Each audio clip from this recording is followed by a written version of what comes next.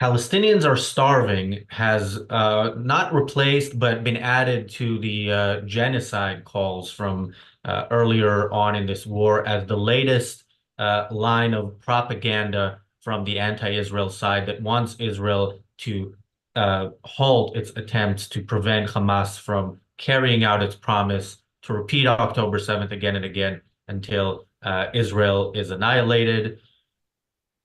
We've done shows on this channel going through why that is an absolute lie, but there are cases where unbelievably huge amounts of so-called humanitarian aid that are going into Gaza don't actually make it to the people who they're supposedly intended for, but actually are taken over by Hamas. I can't imagine the people sending that aid, the people demanding that Israel send in more aid, don't know that that aid is taken over by Hamas, um, which raises some questions about their motives. Welcome to the reality show, day 187 of the war in Israel.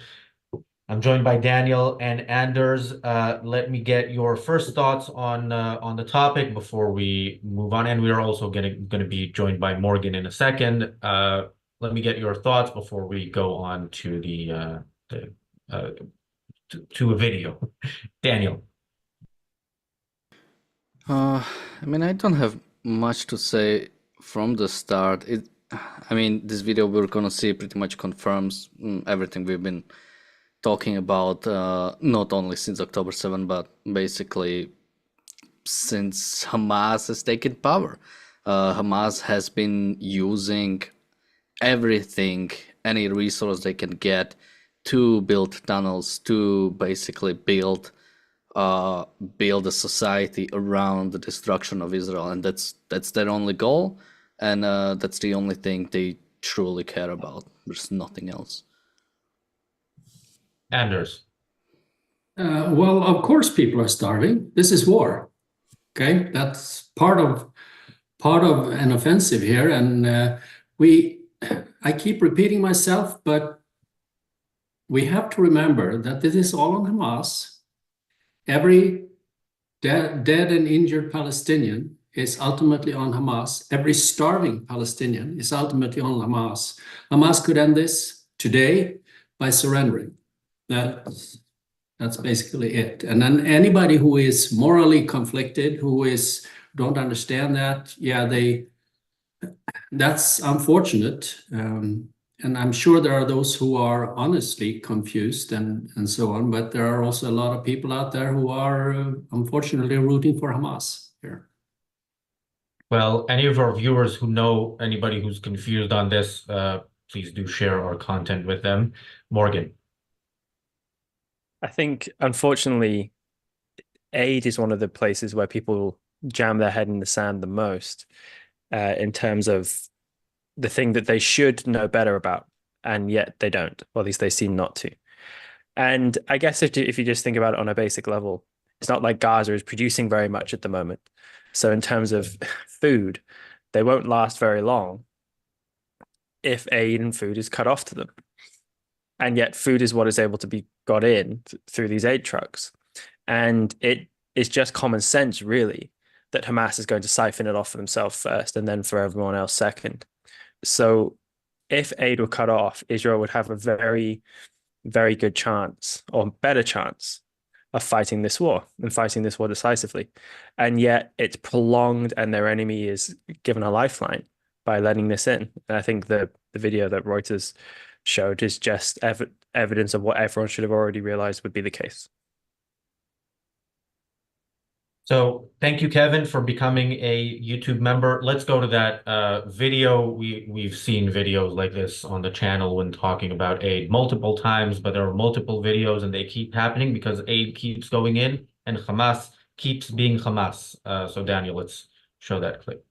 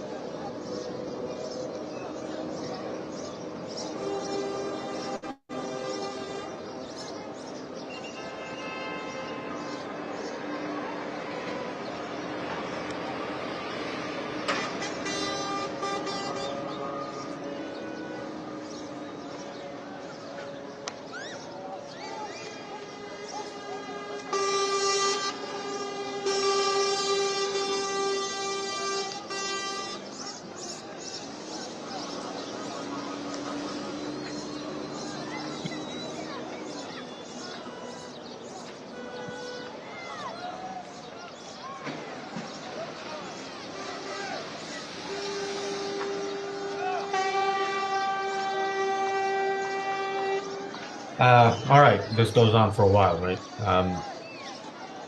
So, but yeah, you see towards the end there, people are running after those trucks. The militants, too much mainstream news. The terrorists are sitting on the trucks and making sure that nobody gets to that to that. You know, you can imagine how much food there is on so many trucks, and you know, the people who are definitely not starving at all are the terrorists. You can rest assured, everybody who is carrying a gun to fight Israel, to kill Israelis, anybody who might be firing rockets, which you know, Hamas is still firing at Israel, is well fed. And we heard a couple of weeks ago the story about how Israel killed a few of the leaders of Hamas's emergency committee in Rafah, and immediately prices in the market dropped because the people controlling those prices and controlling those goods couldn't control them anymore. They are busy in heaven with their virgins and can no longer starve the people of Gaza to the extent that they could previously. So yeah, thoughts on that video, and then we'll get to you know, the people who clearly don't have thoughts on that video and such videos. Daniel. Uh, I mean, one thing that I wanted to also mention at the start about the fact that, because Morgan mentioned the Gazans are not producing, and that's right, many of them go to work to Israel to produce. I think I read there's in 2023, so before October 7, there was 150,000 work permits for Gazans into Israel. And the point I mentioned about the Gazan society being built around attacking Israel also stood through there, because what did they use? What did they do? These people in Israel is they used them to map around the area so they could attack them. And yeah, so the Gazan society is this like crazy, or at least when people in the West talk about Gaza, it's this like crazy society. Like on one side, yeah, they are afraid of Hamas. They again, we saw them. They are trying to take the Hamas is taking the aid that is meant for the Gazans, but Hamas is keeping it to themselves. Hamas is controlling the prices. Yet they still support Hamas. They support October 7th. And what is behind this? And I think one thing that is behind this is the hatred of Israel, the hatred of Jews. They hate Jews much more than they hate the life they are actually living.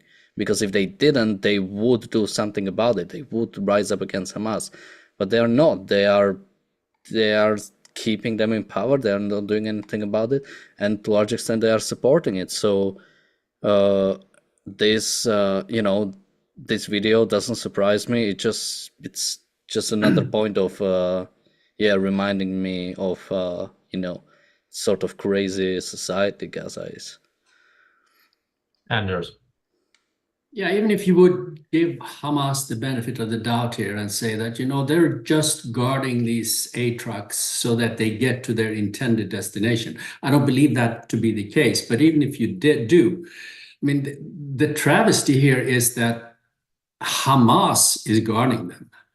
I mean, that is just so ridiculous that the international community even allows Hamas to manage this operation inside of Gaza. I mean, there should be, now, number one, I think in this part of Gaza, I think there shouldn't be any humanitarian aid because Israel is still at war. Israel and Hamas are still at war here. Now, you could, so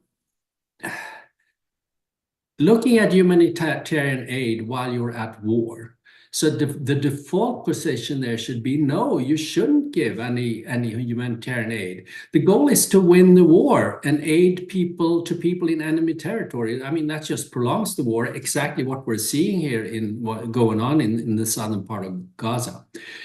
So now once an area has been conquered, I think you can use aid as number one, psychological warfare. Civilians in enemy territory will learn that once they surrender, then their hardships will ease. So, for instance, just as an example, let's assume that the northern part of Gaza is cleared of Hamas fighters. I mean, you could possibly make a case for that. Well, we can start supplying aid there and to ease the hardships for the people who are still there. And maybe that will incite civilians in the southern part of Gaza to move back north.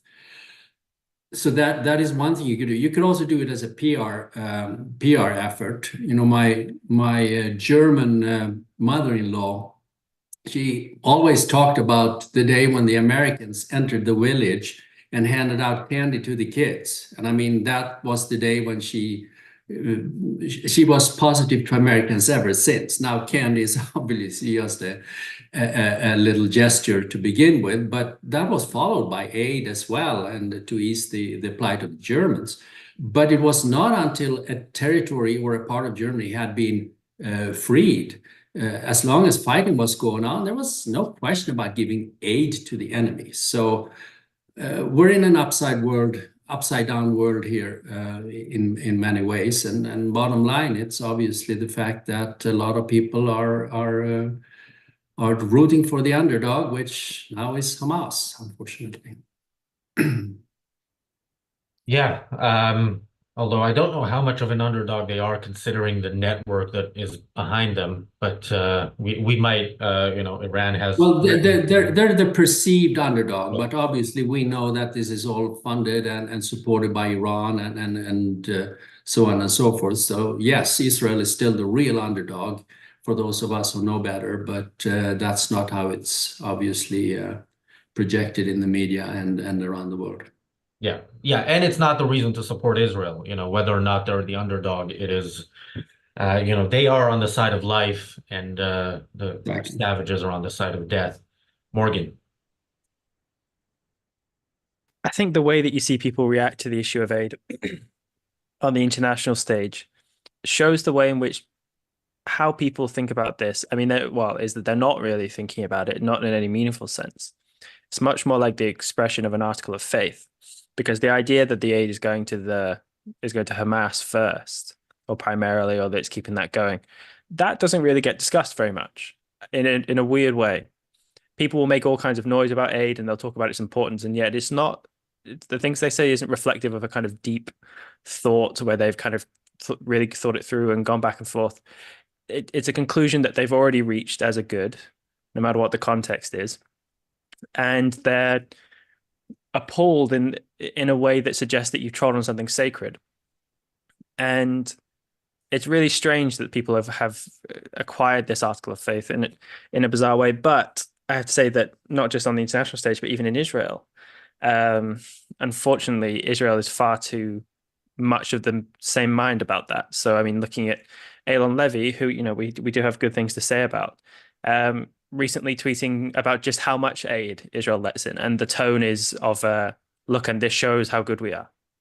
Now, obviously, Ayn Levy's not one of these people who wants to get aid in because they would like to see Hamas really flourish, like some people in the international stage do. But unfortunately, no matter what his intention is, the goal or the consequence of what he's advocating for is the same.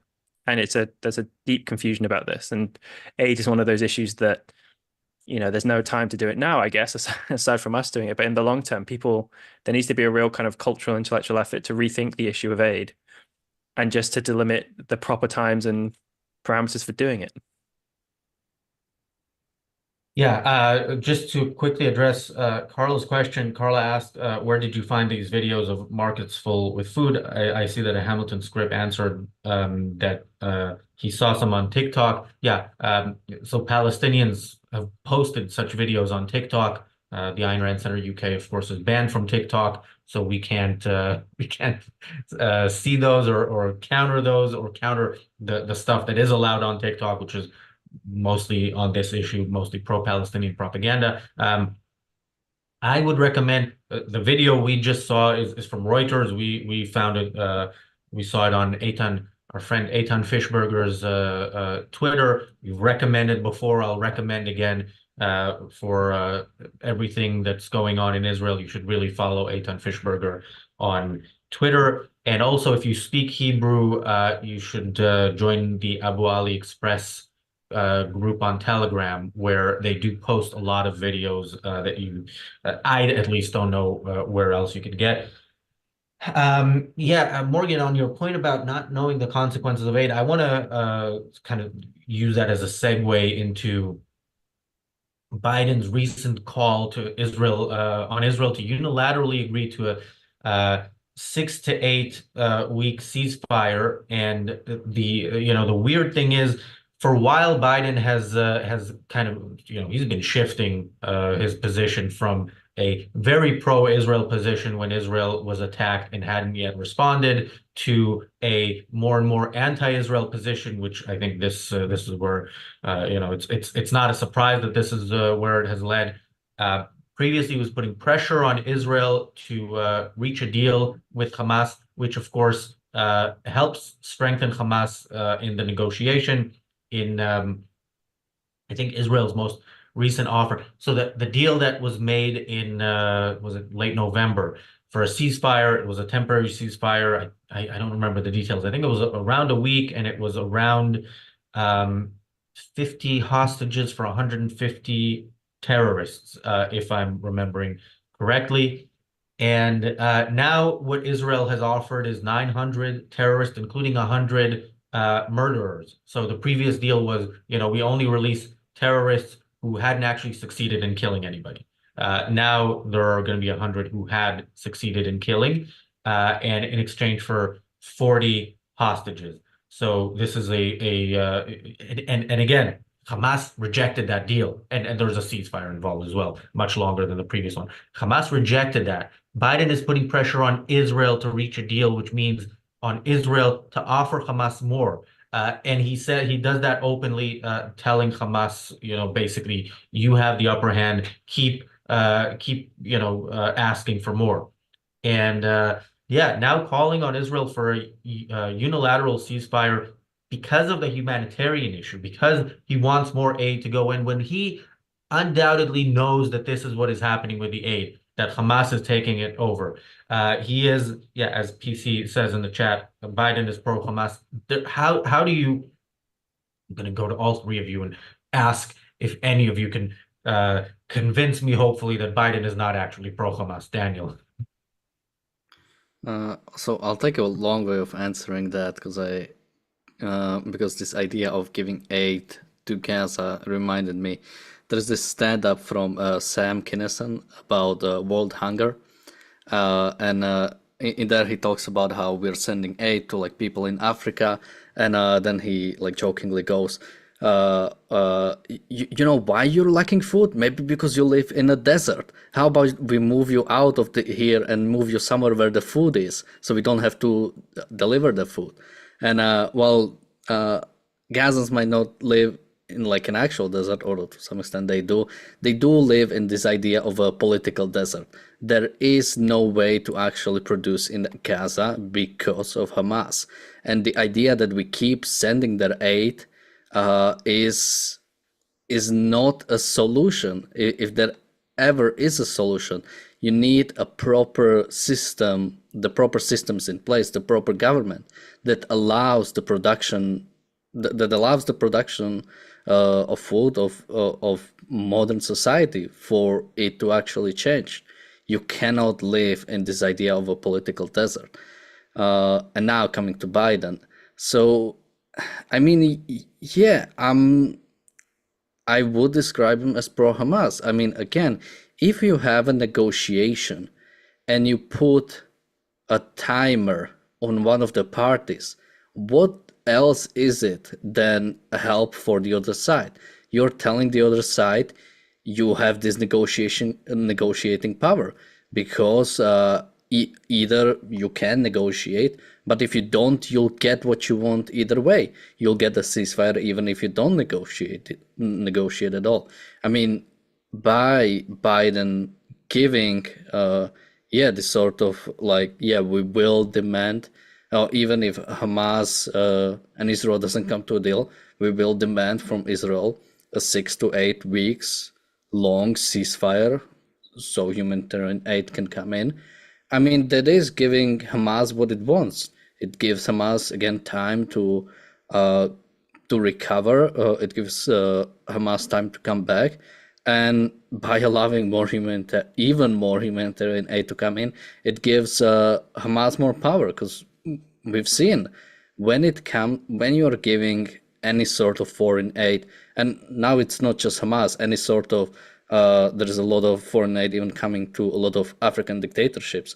When you give aid to these sort of countries, you are giving aid to mainly the whatever governing authority is there. That's who you are giving the aid to. So yeah, as much as it pains me to describe American president as pro-Hamas, these sort of action, these sort of steps are right on point with that sentence. Anders, I'm guessing you're a U.S. citizen, but you live in the U.S. And so he is your president, whether you like it or not. Do you consider him pro-Hamas, or is that unfair of me? I think at this point in time, Joe Biden is whatever he and his advisors think will win them the November election. So hypothetically, if public opinion, or rather, I shouldn't say public opinion, I think a sliver of public opinion, the most vocal part of public opinion, the Democratic progressives in the US, if they would flip and suddenly turn pro-Israel, then Biden will be pro-Israel. So I think he's an immoral political animal, basically.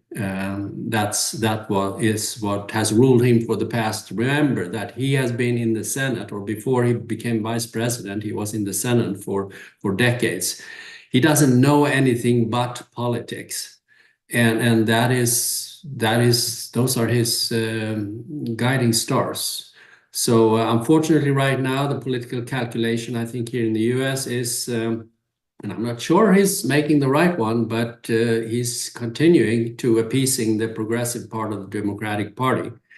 I think in general, the American public is a lot more pro-Israel than what we hear in the media.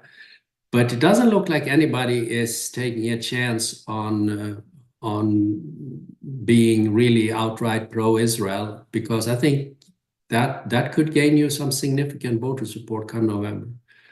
So right now, Biden, political animal, immoral, and he will turn, depending on how the wind shifts, he will go there. Morgan, I know your prime minister is pro-Hamas, but Scottish prime minister, of course, self-identifies as Palestinian. But yeah, your thoughts on Biden? Don't blame me for Hamza Yusuf. So I mean, I think in his genuine intention in the forefront of his mind, I suspect he won't recognize that description of him, but that he can still be that way whether he appreciates it or not. There was an essay I was reading last night by Edward Said, and it was interesting because it was written in 1987, something like that, and it mentions Biden in it in relation to his support for Israel, funnily enough, and it describes him as basically being a Zionist sycophant. And there was so much about the essay which was kind of dated. And also, there's a way in which the pro-Israel and the pro-Hamas or pro-Palestine side, whatever, look at each other across the chasm about the issue of who America is actually in favor of. Because it's true, for example, that for a long time, America has given, Daniel says the same thing. Yeah. But just whichever term you want to use. It's true that for a long time, America had given a lot of aid to Israel, for example, and vocal support in various ways. It's also true that they were given a lot of aid to the Palestinian Authority, about 400 million a year at various points, and so on, right? But this is an issue where there's no kind of agreement over whose side America is on. And each side, I think America is defaulting to the other one. And there needs to be a real kind of consideration of what does it look like to back one side and to back them fully. Now, America doesn't go quite all the way with either side. It does a bit of both. However, Rand has a very developed viewpoint about the nature of good and the nature of evil and what they consist of and what they stand to gain. And she thinks that the good doesn't have anything to gain from evil, and that if you compromise on principle between good and evil, it just ends up supporting evil and goes to the detriment of good. So even though it's true, for example, that America kind of plays both sides in giving aid and all this kind of stuff, in Biden's undermining of Israel, increasing undermining of Israel, it seems to be getting increasingly bitter. I think most certainly you could describe him as being pro-Hamas because of that default. Yeah, and I'll read some of what Biden said in a second. David says in the chat something that I completely agree with, and we've been saying on this channel. Giving aid has prolonged the war. The war would have been over in November. No food, no water, no electricity. All great motivators for the Palestinians to get rid of Hamas. Yeah, that would have been nice if Israel had actually followed what it said its policy would be in the first days after October 7th. Daniel, you made a point about how whenever you give aid, even not in a to a country that's at war, just giving aid to any country is giving aid to that government, and that government then decides what to do with it. And of course, the idea or the way it works out is that government actually has then a motivation to not use that aid to feed its people or solve whatever problem that aid is meant to solve, because if it solves the problem, then there's no need for it, and if it doesn't solve the problem, you can ask for more of it. And I think that's generally, by the way, I think is the case in government, just government run things within a country as opposed to private companies. A private company, if you get good results, you get more money. In government, if you fail, you can then ask for a bigger budget. And yeah, that's why it's off topic, but preferably government would be less involved in many of the things it's involved in, and more involved in the things it has to do, like protecting the lives of its citizens. So this is what Biden said on Univision. I'm quoting, "What I'm calling for is for the Israelis to just call for a ceasefire, allow for the next 6-8 weeks total access to all food and medicine going into the country." By that he means Gaza, I guess. Maybe he's already recognizing it by default as a state. Continuing to quote, "I've spoken with everyone from the Saudis to the Jordanians to the Egyptians. They're prepared to move in. They're prepared to move this food in, and I think there's no excuse to not provide for the medical and food needs of those people. It should be done now." I mean, it's very interesting that he lists all these, wonderful dictatorships in the Middle East as the countries that will help solve the problem that Israel, the only free country in the Middle East, has caused to these poor terrorists who all they want to do is rape and murder as many Jews as they can until the last Jew is gone from that area. And I'll just quote an additional thing that he says then about Netanyahu. He says, "I think what he's doing is a mistake. I don't agree with his approach." So, viewers of this channel will know that I also think almost everything Netanyahu does is a mistake, and I don't agree with his approach, although I don't think Biden and I agree on what the right approach is. But it's very telling that the only party that's being criticized by Biden here is Israel. Daniel. I mean, I guess it makes sense to ask Egypt and Jordan. They have experience of moving in to Gaza and West Bank, as we've seen in the history. But yeah, I mean, again, what do you even say to that? Like, what is Biden's actual plan? In his mind, does he want Israel to actually finish this war? meaning like going into Gaza and completely getting rid of Hamas. I mean, I remember now it's months ago when they talked about that once Hamas is gone, some sort of reformed Palestinian Authority would take over Gaza. Is this still his plan? Is he still planning to for Hamas to be removed? Because these steps are showing something completely different. I mean, if there was something we could be sure of, at least somewhat for a long time, is that the US did support Israel in wiping out Hamas, even if it was even if it wasn't fully supporting. At least that was something we could believe in, we could agree on. But now again, it's stopping, it's blocking Israel from going into Rafah. Now it's going to block Israel from even staying in Gaza. It's going to force a ceasefire on Israel. I mean, even in the UN Security Council, it tried to pass a resolution, or not a resolution. Or is it a resolution when it's in the UN Security Council? Yeah. Yeah, okay, so still a resolution, but it's a more serious one, let's say. Try to pass a resolution for calling for ceasefire. I mean, again, we talked about Biden being pro-Hamas, but it really does look like he isn't even sure that he wants to actually get rid of Hamas. And someone is trying to correct me that it's the Biden administration. Maybe we can talk a little bit about this. I dislike this idea of like, there are people in behind that are like controlling him or something. If you are a president of the United States, you pick the people who work for you. They are an extension of you. So when I say Biden, I mean Biden. The people who work for him were picked by him. And I'm not going to let him escape the responsibility for what he's doing, but saying it's someone else doing it for him. He has the full responsibility, even if it's his advisors advising him or something like that. It's on him. He has the actual responsibility for everything him or his administration does, or everything that happens under his administration.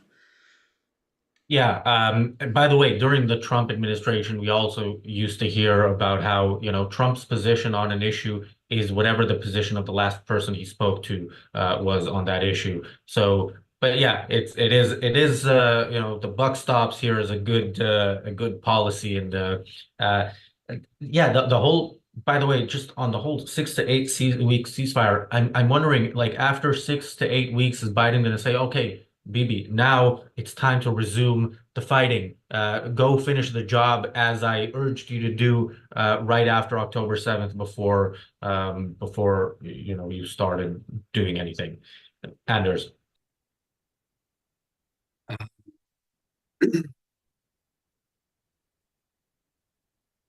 No, they will continue to daddle on this. I mean, we're living. This is just a progression of 50, 60, 70 years of policies, and it just keeps deteriorating. So I don't think they have a plan beyond 6 to 8 weeks. These are a bunch of pragmatists with an altruist morality guiding them. And I strongly suspect that if they will get a 6 to 8 week ceasefire in place, we'll see what happens, and then we'll deal with the outcome of that when we get there, kind of. I don't think there's a grand plan behind all of this. Not at all. Yeah, the plan is I think the plan, as it seems, at least in the last few months, that policies are kind of determined by whatever the latest headline is. We spoke about this around the UNRWA thing. It came out that UNRWA was, some of their people were involved in October 7th. Others celebrated it, so UNRWA's defunded. Then there was the so-called Flower Massacre, where Hamas accused Israel of shooting at people trying to get to aid. We now know that they died because either they tried to attack the soldiers and the soldiers defending themselves in some cases. In other cases, there was just a stampede. But that changed policy in some countries that then decided to start funding UNRWA again. Yeah, there's no long-term thinking here, which is a big part of why we're screwed. Morgan. David Cameron was at a press conference the other day, and with the American Secretary of State, whose name I'm completely blanking on, Blinken, and he basically was asked on the idea of where this is going, what's the plan for a ceasefire, and he very earnestly said that the plan is to get a 6 to 8 week ceasefire, and then I can't remember the exact verb that he used, but it was something like hope that turns into a lasting ceasefire, and then we'll get a long-term peace agreement out, right? And I think they must, on some level, believe that, because the US, UK, whatever, Western policy towards Israel for a long time, at least since the 90s, if not potentially longer, has betrayed a kind of complete moral equivalence between the two sides. I mean, looking at the way Arafat was treated, the idea that he could be given the Nobel Peace Prize and invited onto the White House lawn to shake hands with Yitzhak Rabin and all this stuff, and the kind of demands that were made of him, and then of later people and so on. The West really does think in some way that these are just two equal sides having a kind of unjustified scrap with each other.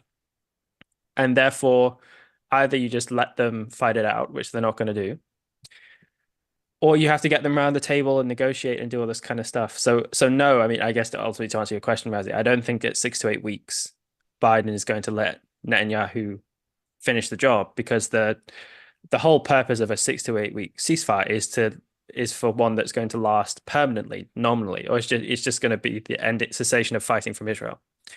Because certainly no one really expects that from the Palestinians.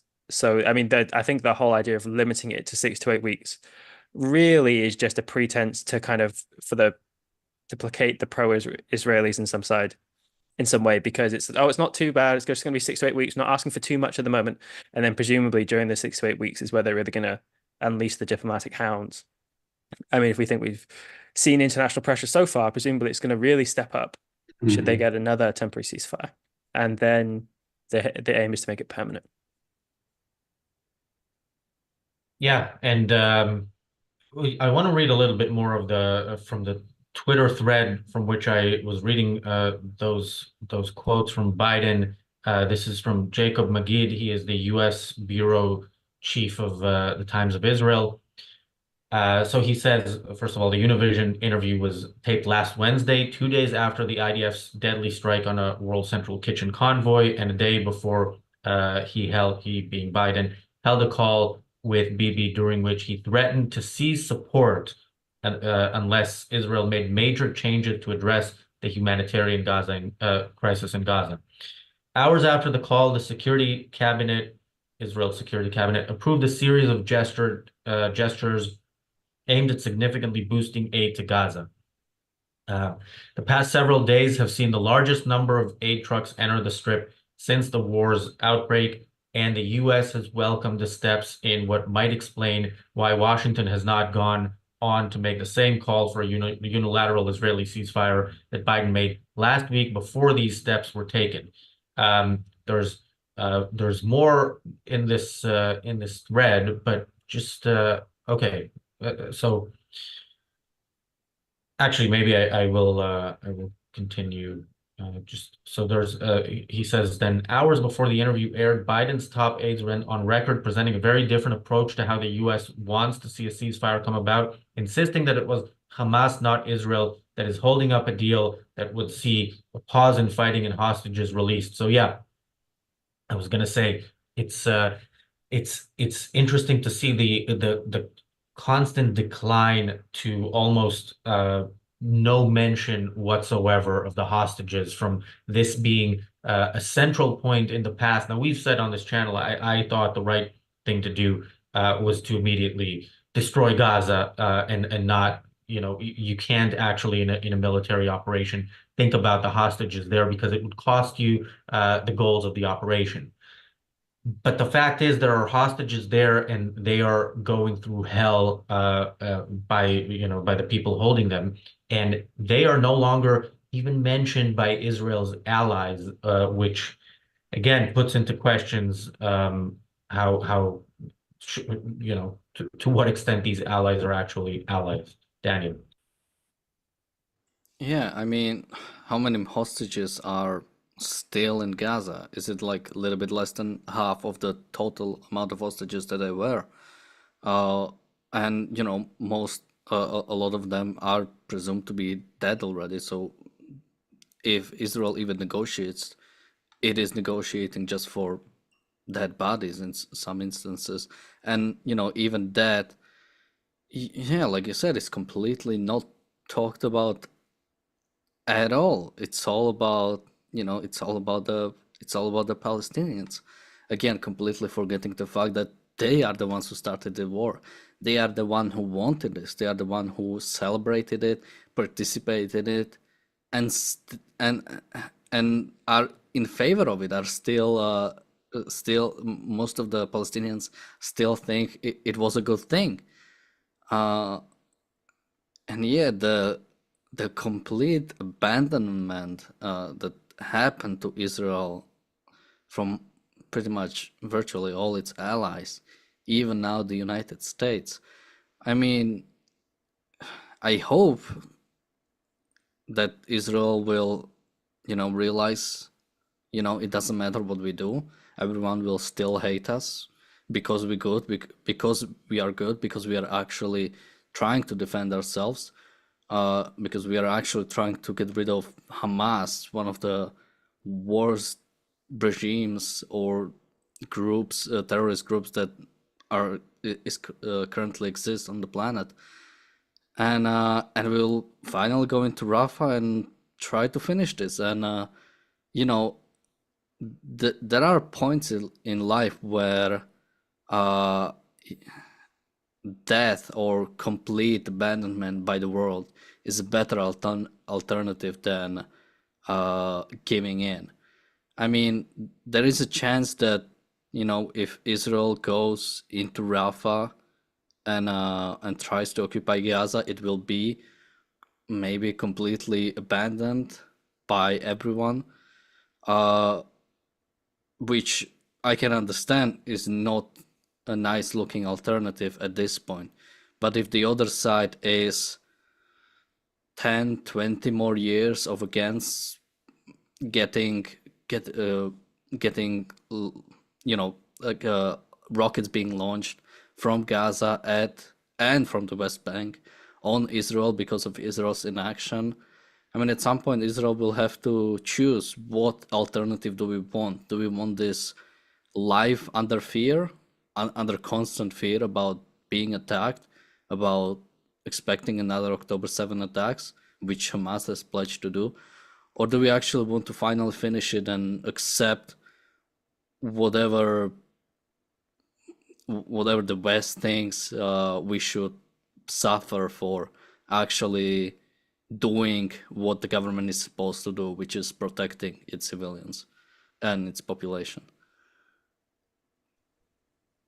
Yeah, unfortunately, I think Israel has made its choice and continues to make its choice to live in constant fear rather than be abandoned by its allies.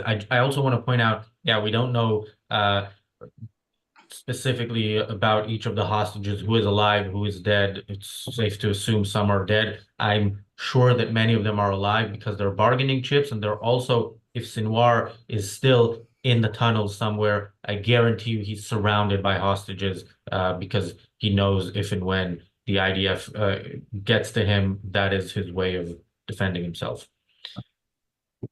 Anders. So, I mean, we have said here since the beginning, pretty much, and echoing what you said earlier, Razi, that, as tragic and as harsh as it may seem, Israel should have considered these hostages lost and dead from the very beginning, and then pursued victory ASAP. And I mean, it's almost like an obscene twist of fate now that we're there anyway, but it is from the other side where we don't hear the hostages mentioned any longer in the demands for a unilateral ceasefire by Israel. So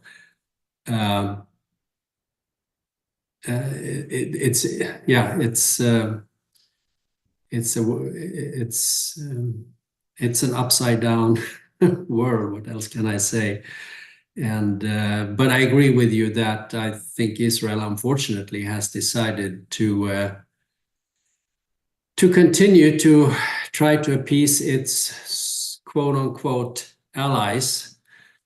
Don't know how much those allies are worth anymore, but well, it will continue to muddle along here for the next 10, 20 years, and we will see more attacks, unfortunately. Morgan. I think if I were advising the Israelis, if I became the new Eilon Levy, right? I think what I would very much try and get across in some way is that Israel's already been abandoned by its allies. And the idea that they need to kind of do these things to cling on to their ally support is a bit of a fantasy. Now, I appreciate this. There are still things which they'll be getting from some of their allies, which are valuable. Certainly with, a greater threat from Iran hanging around, they'll want allies around to help them out should the war open up on that front. I appreciate all that. But on the moral battlefield, so to speak, they've already been abandoned by their allies. And their allies have shown that they'll try and make themselves as bothersome as possible to stop them doing what they need to do. And so I follow the Israeli representative to the UN, Gilad Erdan, and on Twitter, and I have a look at his speeches whenever they pop up. And every single one, none of them are really thanking Israel's allies for thank you for what you've done to help us. This is so good. Each one he's decrying, and just the one I saw yesterday was, you don't care about the lives of the hostages. You don't care about the lives of our people. You care about the other side. And yet all of you will smile to my face and say nice things, but you don't care about us. And, that guy's made of strong stuff to be in that chamber every day, but it's a good point. So Israel's already been abandoned. And if the Israeli government could just appreciate that in some way and have the stones to act on it, then they could be a lot more decisive, hopefully, in doing some of these things. Now, they'll still be hamstrung in various ways by their altruism, but they'd be at least in a better position to appraise the situation. So a couple more tweets from this thread, because it does state that the policy had changed basically from when the interview, it was 6 days between when the interview was recorded and aired. So of course you change policy in that period of time. So there's a quote here from National Security Advisor Sullivan, and the quote says, "There could be a ceasefire in place today if Hamas would be prepared to release some of those people. So let's train the attention where it belongs. I believe Israel is ready, and Hamas should step up to the table and be prepared to do so as well." The U.S. Secretary of State Antony Blinken said Hamas, quote, "has an opportunity now to agree to the proposal on a ceasefire and hostages. The ball is in Hamas's court. The world is watching to see what it does." So again, this is because Israel allowed more trucks, opened another crossing, and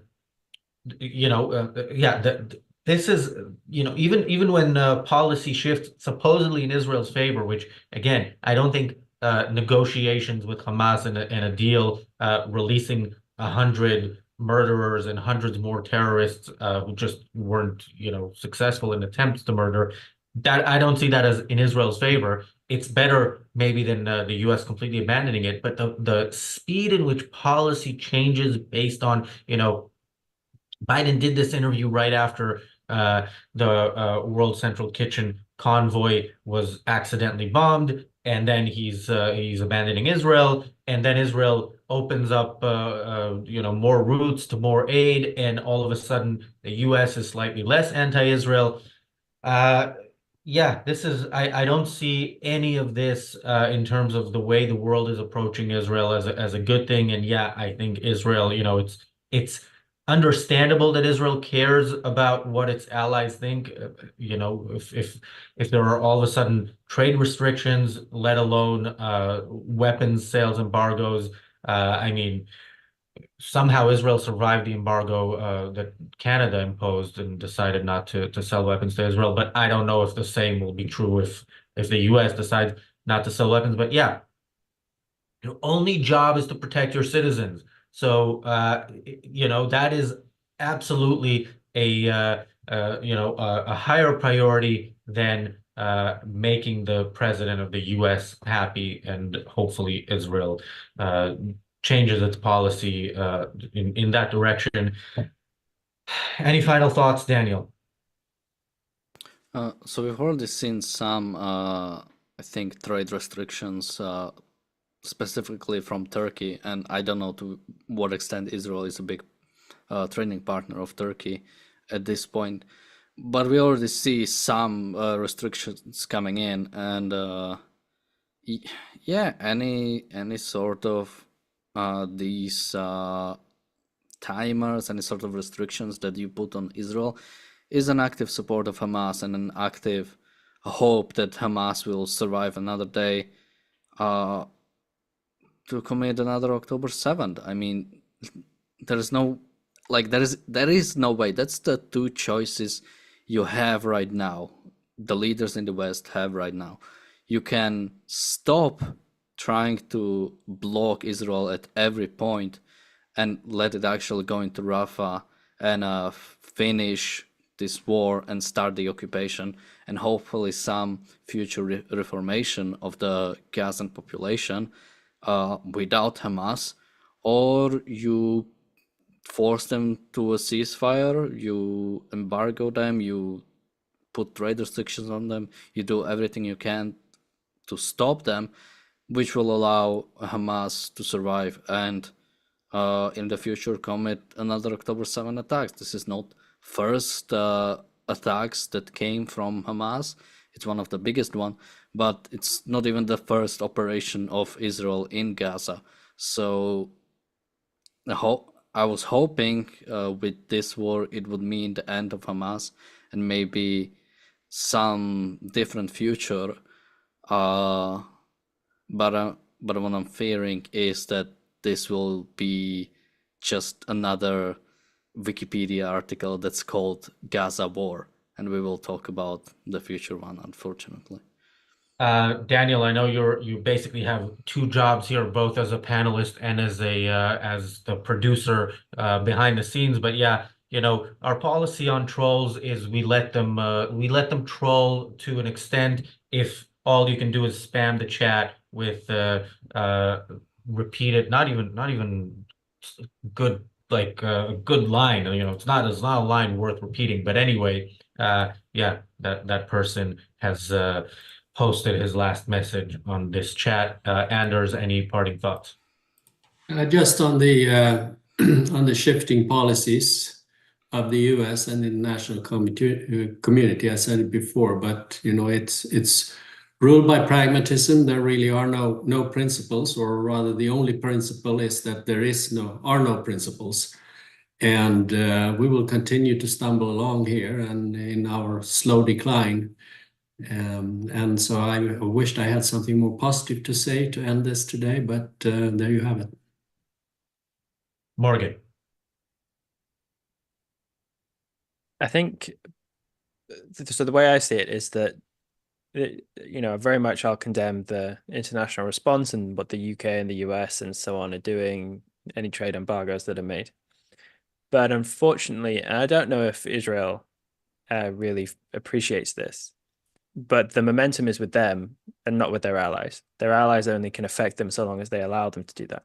So if Israel had been more decisive and had put an end to things very quickly, then this war could be over. I mean, the fact that they took over 3 weeks to start the land invasion, the fact that they still haven't got into Rafah, that they're giving aid and all this stuff. Although certainly moral weight is used against them, it's only possible to the extent that they allow it. And that's understandable, but also it's the thing that's making this so hard. So the ball and the prime mover of this really is Israel, and they can sort it out when they decide to, and the longer it goes on, the harder it'll be to initiate that. So I think Israel just needs to appreciate that they're the initiators here, in the sense of they're the ones who can finish it, and their allies are only able to snipe at them and take little chinks to the extent that they're allowed to. Well, we'll try to be more optimistic tomorrow. Hopefully, we'll wake up and hear that Israel actually decided to fight back and Gaza has been destroyed. Let's see if that happens. In the meantime, Daniel, where can people find more from you? There's a YouTube channel called The Damned Dan. You should be able to put it into YouTube search and just look for channels. It has a pixelated picture of an eye as a picture, so you should be able to find it. It's also going to be in the description. I usually talk about Slovak politics, but there's a bunch of different stuff there. You can look. Thanks. Anders, where can people find more from you? Look me up on Substack, andersingemarsson.substack.com, or at thinkrightOrWrong.com. And Morgan, where can people find you? You can find me at MorganCarter98 on Twitter, which will be linked in the description, where I typically bitch and moan about certain figures like Candace Owens and various anti-Semites. And you can also find me on Substack, which will also be linked in the description, which will be relaunched very soon. I'm Razi Ginzberg on X, and I'm also here almost every day. If you enjoy this content, if you find value in it, consider liking, sharing, commenting. All that helps with the algorithm, helps bring this content to more people. And of course, consider becoming a member, either a YouTube member or a member through the website. You get access to additional content, additional perks, and it helps us continue trying to save whatever is left of Western civilization. Thanks, guys. We will see you back here tomorrow. Bye-bye. Thank you.